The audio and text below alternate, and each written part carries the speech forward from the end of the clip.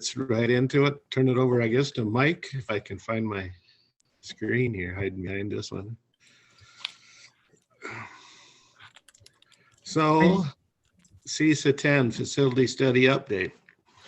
And do you guys have the ability to click on that little update and Tom and I can kind of go through where we're at on that, I guess? I've got it on mine. I don't know how everybody else has come up. I'd rather do that than share it, I guess, but I mean, I definitely could. So the Building Grounds Committee report is the one that I'm talking about there. Yeah, CISA facility study. Yep. So since we last met and approved the CISA 10 facility study, I guess it was probably the following Wednesday, wasn't it, Tom, when we got together with the administrative team? Mm-hmm. Does that sound right? Following Wednesday. Yeah. And we said, so we had all the principals. We had Beth was with us, Terry Olson, and I think Cody was there. And Cody. Yep, Terry and Cody.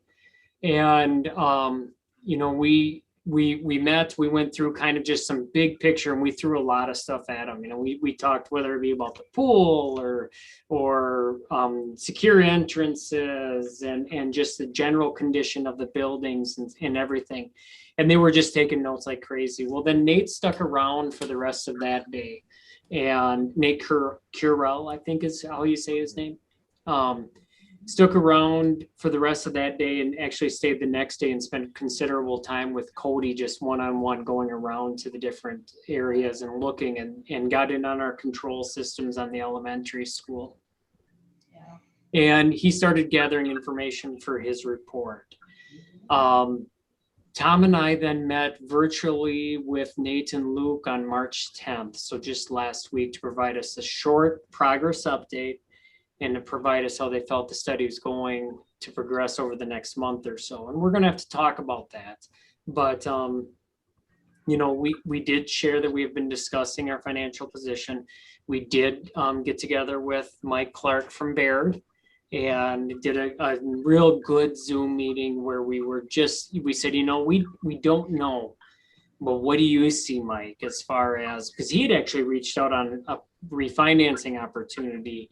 And when I shared with him our actual financial position of our debt service, as far as what money we have set aside over the last few years to keep our levy, kind of stable and where things are at, I think he just basically said, yeah, you don't want to refinance right now. For one, the interest rates had already kind of ticked up by the time we met within the week or so. But he said, two, you're in a position right now where the savings are not going to be realized because of that, where you're at. But he also we got talking about our timeline where, to not have our debt levy drop off, what we might be looking at if we would be looking at a project. So, that timing was really good. And we shared that with them and kind of told them where we were at, and that got them thinking, and it hasn't really changed anything with what they're doing as far as, because they recognize we have the ESSER funds, we might have a bigger project in mind, and we have our regular maintenance that we like to be, keep going. So I think they will be presenting at the April board meeting. Kind of an initial, they're not going to have the final report done, but kind of an initial, I actually received something from them today discussing that. And that's something Tom and I have to work out with them as far as the format of that. There's no secret here. They would like to take us all the way through a referendum, but we didn't go into that with that intention. Ours is still focused on the facility study, figuring out the condition of our buildings, what we need to do, highest priority, what types of things will we be looking at in the next 5 or so years. And we just have to keep reminding them of that. Nate gave us a real nice summary, and I actually copied and pasted it from the email, and just a couple of highlights there. The schools are in excellent condition. I mean, and he says he's not just saying that. I mean, he was very impressed with, the way that our staff has been maintaining our facilities. He said no surprises. He said, obviously, as we know, we've got some parking lots, some driveways, maybe Ben Laden Drive, some areas that just need some work, and we know that, and they're not easy to do and not cheap. And so we knew that. Regarding the bigger issues, bigger picture issues, I think the way he said it was pretty good. I mean, the future of the pool. We're going to have to make some investment in it in the near term. Boilers, storefront glass, meaning, the windows and to the outside and stuff, and lighting upgrades come to mind. Other than those minor things in the big picture, this is a beautiful facility, which he's right, it is. And, he said it's tough to knock something like that down, but, it's equally as hard to turn it into something else. So you're kind of stuck in got to make a decision if you're going to run, and we'll talk more about that too. When he talks about the stormwater, groundwater management, I don't think he's talking necessarily like we have been about what comes off the buildings down through the field and into the fields below. I think he noted some areas around the building that the water's coming off and undermining a little bit next to the building. Both problems, but I think that's more what he was focused on that, because I think we were just going through the thaws and stuff, and Terry and I have already kind of talked a little bit about that too. The future of the maintenance shop, this was the interesting one. He came back and he felt, this is, yeah, I see what you guys are saying. I'm not sure you can make it anything besides what it is. It's real good storage area. It's solid, and everything. And within probably what, Tom, 2 hours of our phone conversation, he sent the update, and the update wasn't so glowing because he ran it by a structural engineer. And, just for some free advice, I guess. And that was a little bit more scary. Now, I do believe he'll have more concrete, get that number? When he does this, he threw some rough, Terry and I were talking, and I said, Terry, listen, that rebar may not be a problem throughout the entire building, or it might be. I don't know, but he assumed it's going to be out throughout the entire building. And I said, but either way, when you're talking stuff like that, it's going to be tough to put any money into that, even, let alone like we didn't put the money into the roof 3 years ago, 2-3 years ago. And I think that was probably real wise at that point now. So the other issues at the high school kitchen loading dock, concrete deterioration. There's a door that truly has a hole rusted out in it in the frame. We had Market and Johnson look at, we have some quotes for that, but tomorrow morning we're walking around with someone from Fowler and Hammer to take a look at a number of different spots and to hopefully get a couple more bids on just doing some of that maintenance work right there. Tom, I rushed through it. Yeah, it is in writing there, but anything else that I'm missing in our conversation with CISA 10? Just one, I want to talk about the process a little bit, and that's that they've been really good at giving us, hey, this is what has to be done, and here's the ballpark, roughly figure. So an example was that door, where prior to, Mike had that included as a part of a bid, for a larger project, but not something for that specific. And that was really cool to see that comparison. I think that's been really, really productive that way. And then they've been very blunt maybe is the right word, Mike, where it's like, the pool, we're talking about, okay, what are the options for the pool? We want to, do we want to, if we run it, great. If we don't, what are some of our options? And he was very blunt with saying, hey, again, it's too expensive to tear down. It's too expensive to reuse that space and make it anything usable. But he did say, hey, guys, schools are fighting to get space like we've already got. So that was a statement. The other piece, the maintenance shop, Mike and I, after the meeting, we were like, oh, okay. We were feeling really good on that Wednesday. And then that Wednesday evening, I think we got that second email and it came through and just like, hey guys, sorry, after talking with the structural engineer, here's what it looks like. And that 150 or whatever $1,000 is a big number to begin with. But then when you couple it with that, fixes one of the problems for the building, right? That does not fix $150,000 is a heck of a lot of money to fix one part of a building that needs a lot more maintenance. And so that's where we both kind of it was a little deflating, I think, that next morning when we met, because we were feeling good about it, that, hey, we can put a few dollars into this building and keep it. And I don't know if that's really in the cards anymore. So, and what it's also done then is it's caused, I've reached out to another contractor, and we'll probably do the same with Fowler and Hammer tomorrow, and just say, okay, we have this pole shed over here. It is a pole shed. Do we have any, if we put a floor in it, if we insulated it, if we, whatever, what would it take to make this a usable structure for us more than just cold storage? Because I do believe that we're going to have to make some of those, have some of those conversations in the near future. The other thing that's been really nice is exactly what we went into this for. He acknowledged that our air handlers in the elementary are showing age. They really, really are showing age. And he said it may be necessary to replace them.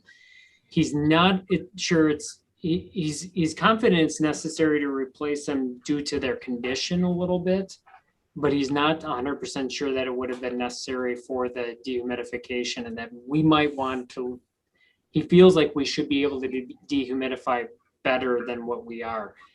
But now he's having those conversations with that contractor, and he can challenge him on some, because he understands the language and what's, what the industry standards say and everything like that.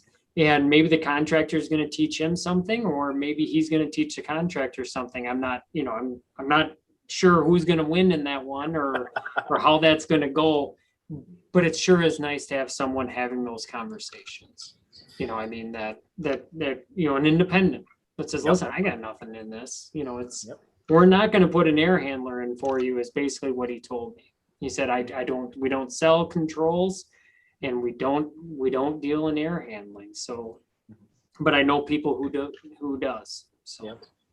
Yep. And I think the other piece there is just to remember the timeline piece. There's a reason why they stretch it out so much.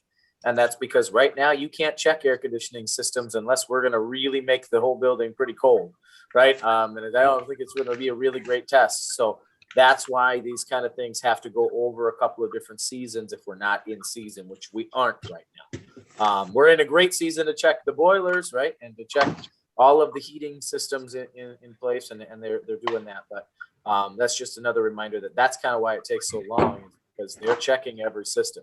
And that's exciting. Well, next week it'll be 90, so that'll be perfect for them to come back. Yep. There you go. There you go. Do I really believe that? Well, the Bears are getting Russell Wilson too, Robert. Didn't you hear that? Hey, that's below the line. Below the line. Maybe we're going for Deshaun then, huh? Robert, three weeks ago last Saturday, I was on the country club skiing, and you couldn't have dug down to find grass. Yes, this last Saturday, 3 weeks later, they were golfing in shorts, pins in and everything. I mean, when she says 90 next week, I'm like, sure, why not? Go from snow angels to swimsuits. Yep. So, one of the questions I have is, if we are thinking about moving on from our bus garage, and I'm pretty concerned about the structural integrity of the re-rod or rebar that's in there, do we have to also at the same time look at removal of that building? Because it's just going to go from where it is to worse without any roof or anything. Yeah, Terry Olson said, the worst part about that, Mike, is he said it's going to cost us more to knock it down. I'm sure it will be very expensive to knock that down. We'll just have each graduate come up and get a couple of bricks, and then we'll be. Instead of selling a brick, we'll just there you go. Give a brick. Give 'em a break. And Robert, that's not other duties as assigned to your Yeah. district administrator then. Well, that's there's in a the lot of- ultra fine print, huh? There'll be some tears shed when that building goes down. I mean, there's a lot of people that have spent a lot of time, in this district working out of there and everything. So, but, I agree, Robert. I think, if the roof is leaking and the ceiling joists or the precast concrete are what's rusting out, I'm sure that's not, and as Nate explained to me, even if you can't stop corrosion from going. I mean, once it's going, you could have sealed it all up, it would have been fine. But yeah, it's once that rust is starting, it's starting. And so, the fact that we haven't had the salty buses in there probably slowed it down, but it didn't stop what was already doing, I guess is kind of where I understood it to be. Well, the next thing too is going to be the safety issue of that space and what's that Yeah. going to look like? And are you going to, we always have had some kind of a poor flow through there for traffic. Is this a time to assess that? What does that look like? Are we going to have cars moving somehow differently through there? Is that going to become some type of a ramp? And so there's a lot of things for you guys to figure out with that space. Yeah. Yep, but in the end, with this, I think the writing's pretty clear now on the wall, and I think you guys, some of you are in some of our conversations already kind of felt that with previous reports and things you've received. This one just, kind of verified that. And it's unfortunate because it is great space, but we do have, that extra building, and hopefully that price that comes in is not too crazy to convert that to usable space. Yeah. Anything more on that? We got some summer projects, I guess would be the next thing if you don't have any more questions. The only thing follow up on that is I think Tom and I are going to, we would like to try to keep this on school board meeting night, but there may be a time or two where we've got to move a little bit quicker on some things. So we'll let you know. I mean, it's not our goal either, but I mean, we may in the next month or so have to schedule an extra meeting. One thing I'd like to say about this is kind of a compare and contrast with the referendum that failed. I know many of these things are on that information that we tried to pass with the referendum, maybe not in the same way, but I don't see anything in here, for example, about the bathrooms. We'll get to that. Yes. That'll be the next thing. Yeah. So, I mean, were he they just given- did some high level stuff right now in Okay. this. Yeah. No. Yep. Were they given any of those documents? I think that Yep. They were given the the entire referendum thing. stuff. Yep. Okay. They were Thank you. given the entire thing. Yep. Well, and in the end, with all of this, what this is going to identify is that we do have some needs, and the needs are going to be expensive. They're not going to be 35 million expensive, right? But they're going to be expensive. And I think when we look at this and we look at the opportunity of some debt falling off, even if we, don't get, even if we would get somewhere close to that, that's an opportunity that we can take care of some of these needs and really set Viroqua up for years to come. I mean, just like when you guys did the high school, you did it right. You can walk into that high school right now and you could not tell me that was 20 years ago that you guys did that. And because you did it right, it's lasting, and we don't have to talk about doing it again here in 20 years. And, now, like some districts are doing, where they're just literally, hey, we're going to need to go and redo what we did 20 years ago. So it's exciting to think that with the ESSER funding and with a potential referendum, we could get everything we would need and potentially not raise taxes, which is exciting. So budget and finance will then look at a little bit of this and how we could structure these repairs or demolitions or improving space at the bus garage. It won't be the old bus garage, it'll be at the bus garage if we take that one down. because we might not be able to get everything put together in order to do a referendum before our debt service falls off, correct? We can talk about that a little bit. We're in line right now to potentially, Mike, I think it's fall of 22. So Yes. not this coming fall, but the following fall. And so we'll talk about that a little bit at the regular board meeting, I believe, Angie. And then but yeah, what Mike Baird said, or Mike from Baird said, was that as long as we have a firm in place by June this year, we absolutely have more than enough time by that timeline, Robert. Still seems like we're pushing it to get it by June this year, but No, Robert, just the firm would be in place. Like that would be the start of the process. We would bring in some firms, either architectural or construction, and then start to have some of those conversations about who would be representing us through that process. That's it, Robert. Yeah, and then start the engaging of the community and yeah. doing it right this time, as opposed to coming up with a plan that had everything in it and then asking the community to support it. I guess. Right. Yeah. We saw how that went. Yeah, that didn't go well. We're going to learn from it, and we're going to appreciate the work that people did, but we're going to learn from it for sure.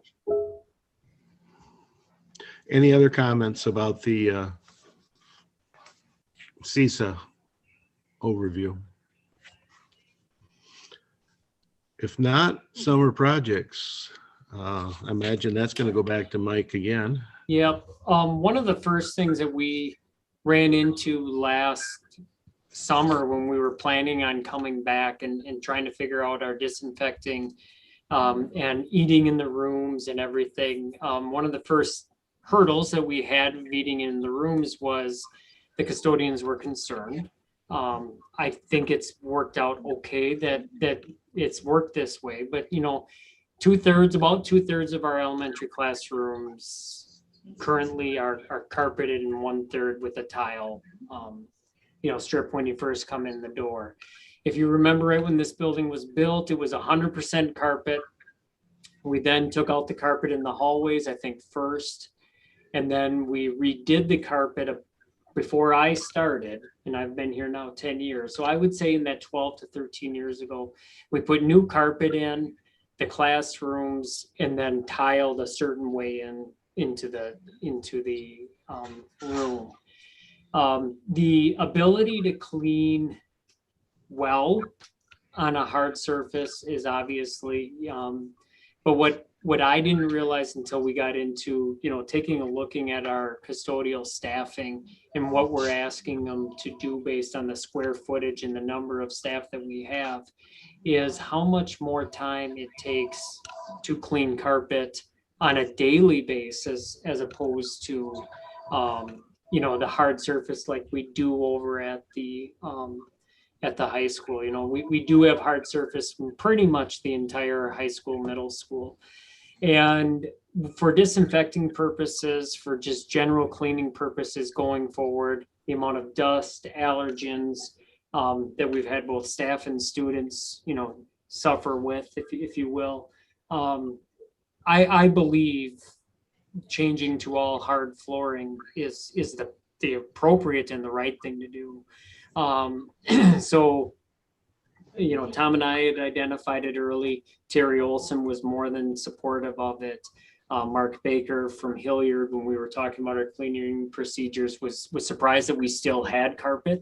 Although I've heard of new buildings that put carpet in a new construction even just last year. So they're still doing it. Todd Spaeth and I went around and we measured. And of course, when you're doing that after school, people are wondering what you're up to. And we did get some comments about not taking away their carpet. They utilized the floor for instructional reasons, and that concerns them. And I had the statement, well, you're going to be buying a lot more rugs. Okay. I mean, rugs actually are, you can take them out of the room, you can shampoo them, you can get them good and clean and bring them back in. A carpet, you can shampoo in place. But I think as we've all understand, getting all that out of the carpets that kids leaving the carpets is not always fun, let alone the daily cleaning of food dropping and stuff like that. I do have 2 quotes where I've reached out to other La Crosse area, Coon Valley flooring providers, and we'll bring those to you for a final. But as you can tell, the VCT tile and the luxury vinyl tile prices were a lot closer than I thought. But in talking to both Mark Baker, who does have significant experience in cleaning, and Terry and Cody and a couple of the different custodians, VCT, the drawback to VCT is that you strip and you reseal it every summer with, you wax it, you strip and reseal it every summer. The luxury vinyl tile, you don't need to do that. So you save considerably on summer refinishing. That's a drawback, but it's also a benefit. You can strip and reseal that. In one, it's sealed for cleaning purposes. There's no cracks, no crevices, nothing to get under or around. But you get that annual refresh in looks where the tile will show wear. We just don't know how quickly and how much. We know with VCT tile, and as that's continued, if we take care of it and we do a good job of stripping it and waxing it and sealing it and everything, it can look, those hallways in the high school, hallways out here can look brand new every fall. That vinyl tile, which like I put it in my basement, we really like it. I think a lot of people have started going to that. I just don't know in a commercial or in a school setting with desks being pulled across it and everything like that, if it's going to be the surface that we will be happy with 10 years from now. And I think the consensus of both Terry and Mark would be to stick with a VCT, even though you do have the annual stripping and waxing, that you will be happier with it 7-8 years down the road. And so I guess we should probably get some direction as far as when I get a hold of these others, how many, which product we're looking at. I may have them do both, just like Todd did, but I guess ultimately we'll have more for you next month on it, but we'd really like to have this done this summer, which puts in another wrinkle in the summer school programming and getting that coordinated and worked through too. But Todd felt it was something they definitely could get done in the summer, could actually knock it out pretty quickly. One of the challenges we're gonna have is our current existing tile that is inside those rooms for a third of the way is made by a company which no longer exists. So getting a match is not going to happen. A contrast may be able to, we may be able to get a contrast that would look good together, or because of that, it might just be just as quick and as easy to just take the whole inside the threshold of the doorway out and redo the whole thing. So one thing I would like to know is, we're not the first people to do this. So there have to be other institutions that have made these decisions. Western passed that referendum. I don't know what they have on their flooring. They've got a little bit of everything from what I understand. They've got marmoleum, which is very expensive. I was told that marmoleum is very expensive. So maybe finding out, what's worn the best in other schools that have, same age as ours, if possible. And I think the luxury vinyl tile, it's not new, but I think where they've come in the last 5 years on it is very impressive and very good. I just think there's a little bit of a, hesitation. And like I said, we know we can strip and reseal. We don't know what that's, going to look like, but on a, I was going to check with Mark and Johnson. I'm pretty sure up at Sparta, they put carpet in some of the rooms, but I think they have vinyl in some of the entryways and and everything, and I'll see where they use VCT and where they used vinyl. How many square feet is that, Mike? On there, what Todd had on the one, he did, and this was rough numbers, 20,000 and 17,000 on the luxury vinyl tile. And I think his thought process was on the luxury vinyl tile, he'd be able to contrast with our existing VCT. Okay. I think that was his thought process, and he wouldn't have to. I don't know why he went that way, but that was my understanding. Okay. So that's why there was the 3,000 less. Yeah, no, that makes sense. Not just my perspective, I guess VCT is tried and true. We know how it's going to work. I would say replace the whole thing. With that bid and that estimate they're at, you're at what, $3.75 a foot, Yeah, which installed is, with removal and disposal. yeah, that, having just put flooring in, just in the house, granted, not the same scale, Yeah. anymore, but, that's reasonable, I think. Yeah, like I told Todd, I said, when we have bidding requirements, and he knows that, he's more than aware of that. We definitely would love all of our dollars to stay local, but we have to, so he knew it had to be competitive. And I think if we're going to move forward, I'm going to invite him back and say, okay, make sure now, because everybody else is going to get to take a look at this and remeasure and everything, because there's a lot of rooms here, and it's a big job. It's a big job. Did not do anything with the library, which had that carpet put down not that long ago, or the elementary office area. He and Terry both would worry about the noise level in that big of a space without the carpet. Also, you'll notice there's nothing for the district office. We know we need to, but we keep coming back to, what if in the near future, we want to make this into classrooms? We want it, yes, we know that, and we'll probably bring that back if as we get a month or so down the road here, if we can have some more clarity on that side of things. Because it's bad. Our carpet is bad. Yes, it is. It's bad.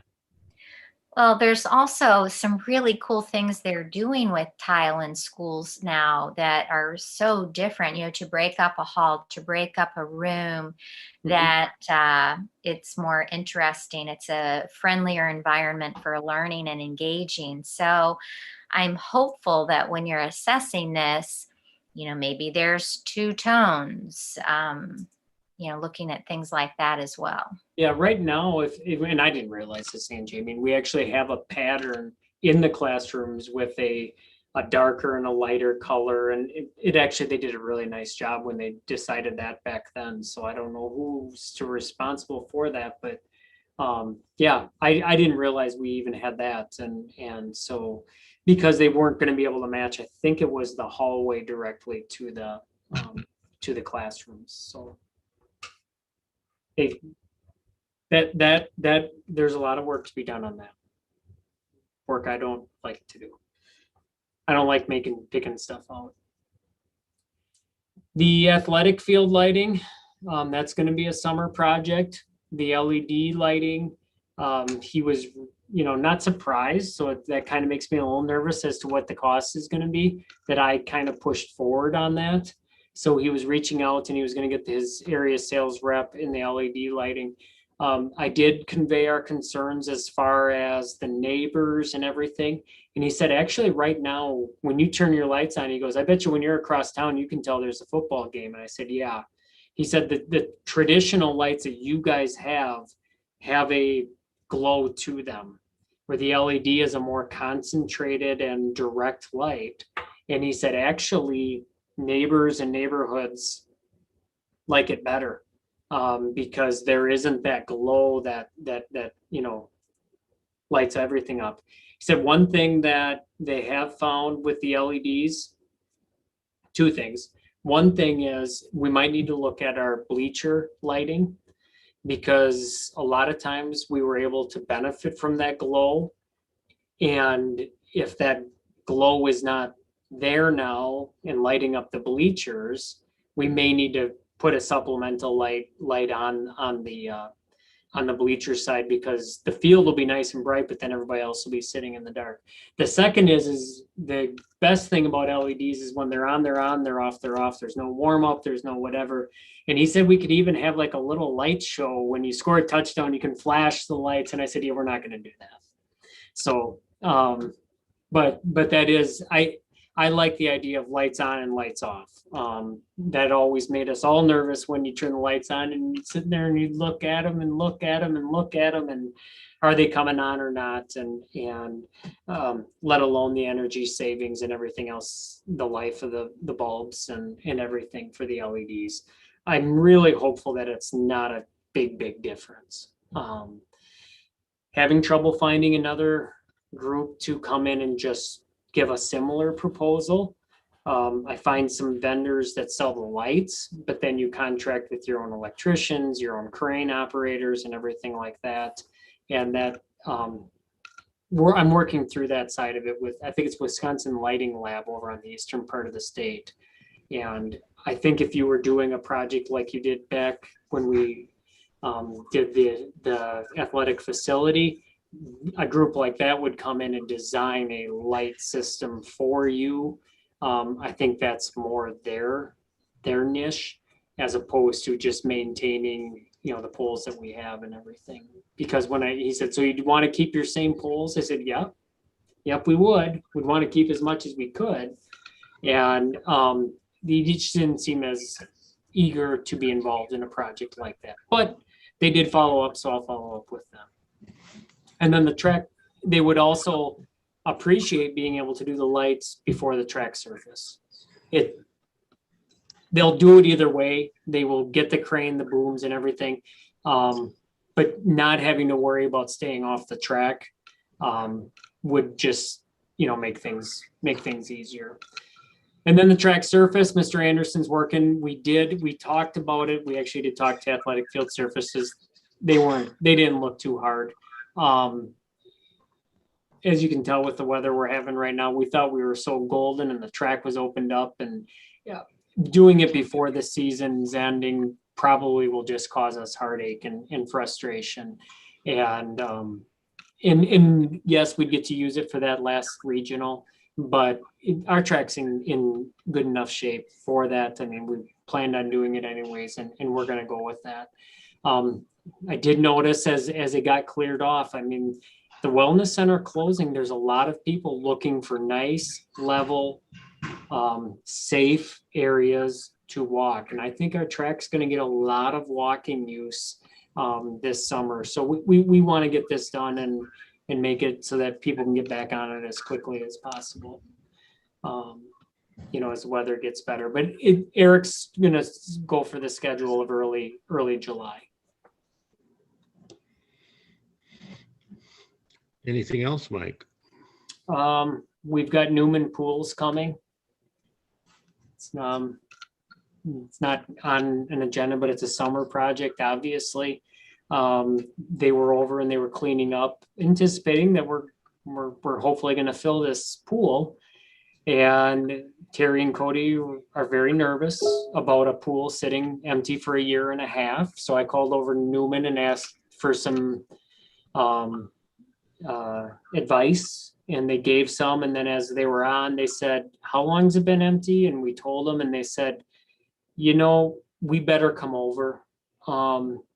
There's a portion of our pool is a stucco, and stucco will dry out. And after sitting empty that long, we may have some issues with some stucco.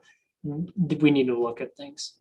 We need to look at things, let alone then they'll also, tell us. They said could do what's called bump the pump, I guess, where you just let it turn over and make sure everything turns, before we fill it up and find out that it's not going to. We can't really run them dry, but you just bump them and get them to turn over and free them up if not. And I think when they understood our comfort with all of this and where we were at after basically almost 2 years being empty. They thought it was pretty wise to come on over. So they're going to be over next week, end of next week. So we will have more in regards to that at that time. Seems like the theme of the evening is more. Yeah, yes, it's been busy, and just keeping things moving forward has been busy. Is the plan to open the pool if all things are good? I think first we have to determine if we can open the pool, Matt. No, that's what that assumption. Yeah. I'm asking yeah. for Sophie now. She wants to know if she can lifeguard. Yeah, no, and Brandon's been talking to me about lifeguard certification, because I mean, there's obviously all of that. We can't just open the pool come June. You know, I mean, we've got to get lifeguard certified and trained and everything like that. I think first we have to figure out if we can. Second, then we have to say is it safe to, with public health and everything like that. I think others are doing it, and what do we need to do for that? And then from there, how do we want to operate it? Do we want to operate it like we always have? Smaller swimming lessons, no swimming lessons, just open swim, limit the number of participants. You know, I mean, there's a lot of questions, but I think first is, can we fill it with water? I think that's our first question. So the answer, yeah, Matt, would be we would like to. So yes. that would be about as concise as we can get. Is we would like to. I know that there's a growing consensus in the community that it's just closed forever. I don't know where that came from. We did not say that in any which way, but I've been getting that a little bit more in the community, and we'd like to open that up and make it a resource for our community again. And Beth gave me a 9-minute 4 minutes ago, so I apologize if I got a little windy, but there is a lot. Then on to the maintenance cleaning equipment bids. Again, as part of the ESSER funding, these would definitely qualify for that. Actually, 1 or 2 were in the budget, and we'll take a look at that and do some reallocation of that. So basically, we went through and we looked. The ride-on scrubber that we have is a Clark model in the middle school. That is an orbital cleaner. It's about a 26-inch ride-on. That'll actually go down into the pool area, and the one that we have down there, which was a hand-me-down from I think it was from before the Clark, will get traded in, and that's reflective in the price. Basically has no value to it. The recommendation that we have is for a non-orbital. That was a concern of the staff as far as being able to strip and clean the floors and get them ready for sealing. We are assured that the one that we are recommending would be able to do it. However, we also know that we would still have the one down in the pool that we could bring up and utilize, and maybe even use both of them, because it's something that the pool gets used once a day, and we could coordinate that easy enough. The 26-inch walk behind scrubber is replacing the one that cleans the entire basement of the middle school, beyond repair. That one, it's Tom's favorite machine. He does not want to give it up. He really, really likes it. But it's the speed settings, you kind of got to know what you're doing when you're using it, and it's beyond repair, and we should see a great improvement in that. The 20-gallon carpet extractor, that's pretty much used in the summertime for cleaning the carpets, mainly in the offices, the libraries, and everything like that. The one that we have is 10 to 15 years old. It is vice grip is part of the levering system right now to it, again, beyond repair. That one, we're not even going to be able to pull the board off and sell that.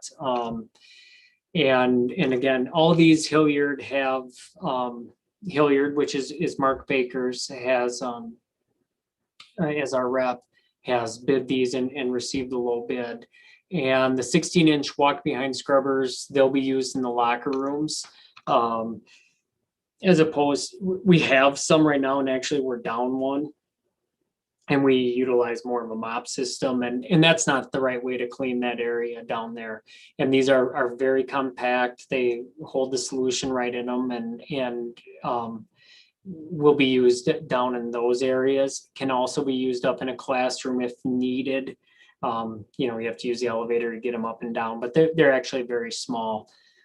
Each of those is $3,400, and we would go with 2 of those as our recommendation.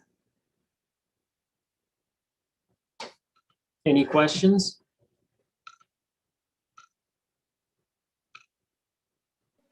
Mike, is this covered under the referendum that was passed?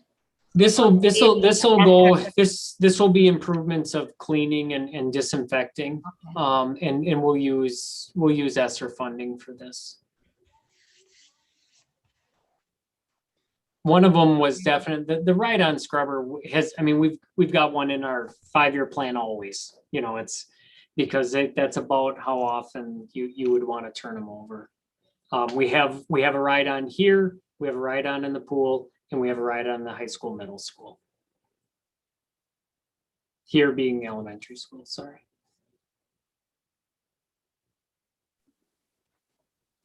Any questions? And we're at 7 o'clock almost. Taskmaster says we're out of time. I'll make a motion to adjourn if that's okay, Robert. That's great. Do I have a second for adjournment? Yes. Matt? Okay. We're adjourning, say aye. Aye. Aye. We are adjourned. Taskmaster Beth.